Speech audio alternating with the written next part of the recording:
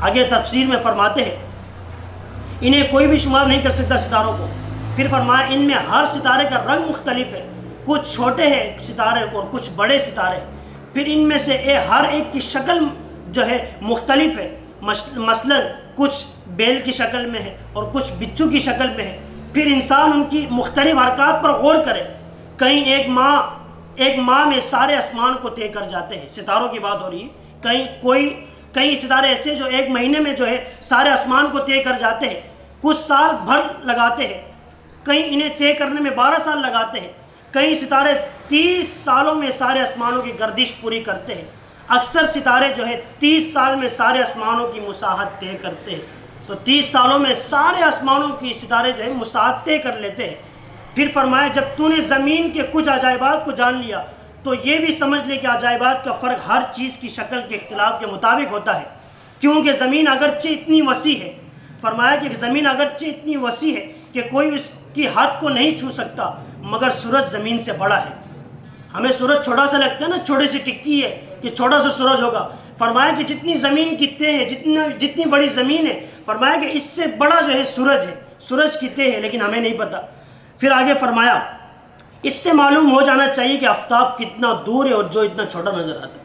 ہمیں لگتا ہے کہ سورج بہت قریب اور چھوٹا سا ہے، یہ چھوٹا نہیں ہے بلکہ بہت بڑا ہے. اس نے پوری دنیا کو یوں گھیرا ہوا ہے، اپنے لپیٹ میں کیا ہوا. تو یہ چھوٹا سا لگتا ہے جو اللہ تعالیٰ نے دور رکھا ہے، اور یہ جب بھی ہمیں چھوٹا لگتا ہے.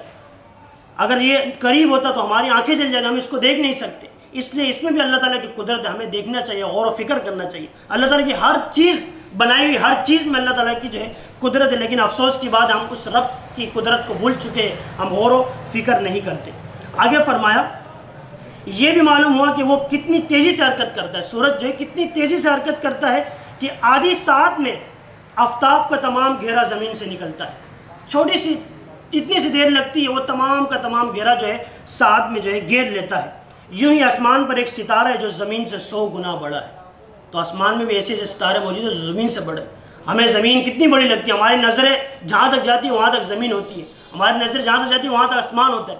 فرمایا کہ زمین سے بڑا ایک ستارہ ہے آسمان میں جو زمین سے 100 گنا بڑا ہے.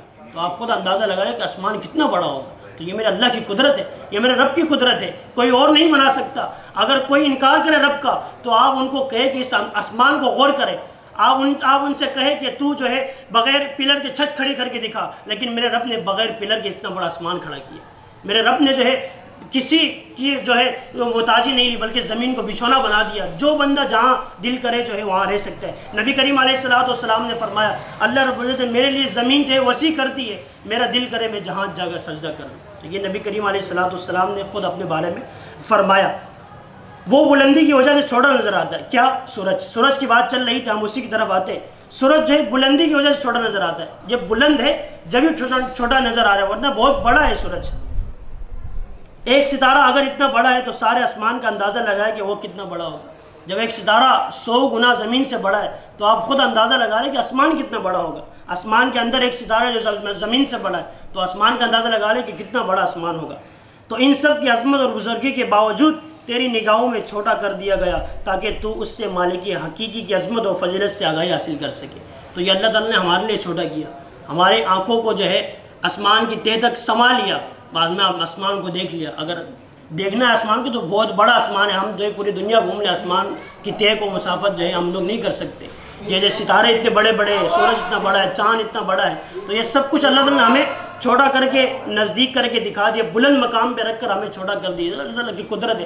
ہمیں چاہیے کہ اللہ تعالیٰ کی ہر قدرت پر ایمان لائے اور غور و فکر کرے اور دوسروں کو بھی بتائے کہ میرا رب ہے، وہی بنانے والا ہے، وہی سب کچھ کرنے والا ہے، اس کے سوا کوئی معبود نہیں، وہی اکیلا ہے. اکیلا اس نے سب کچھ کھڑا کیا اور پھر جو ہے اکیلا اس نے دنیا میں جو ہے اپنی بادشاہی چلائی. تو اللہ تعالیٰ سے دعا ہے اللہ کریم ہم تمام کو جو ہے قرآن پاک پر عمل کرنے کی توفیق عطا فرمائے. اور جو کچھ بھی سنا کہنے سننے میں جو بھی غلطی ہوئی ہو اللہ کریم اپنے پیارے حبیب علیہ السلام کے توسل سے معاف فرمائے. آمین بجاہ النبی الامین صلی اللہ تعالیٰ علیہ وسلم.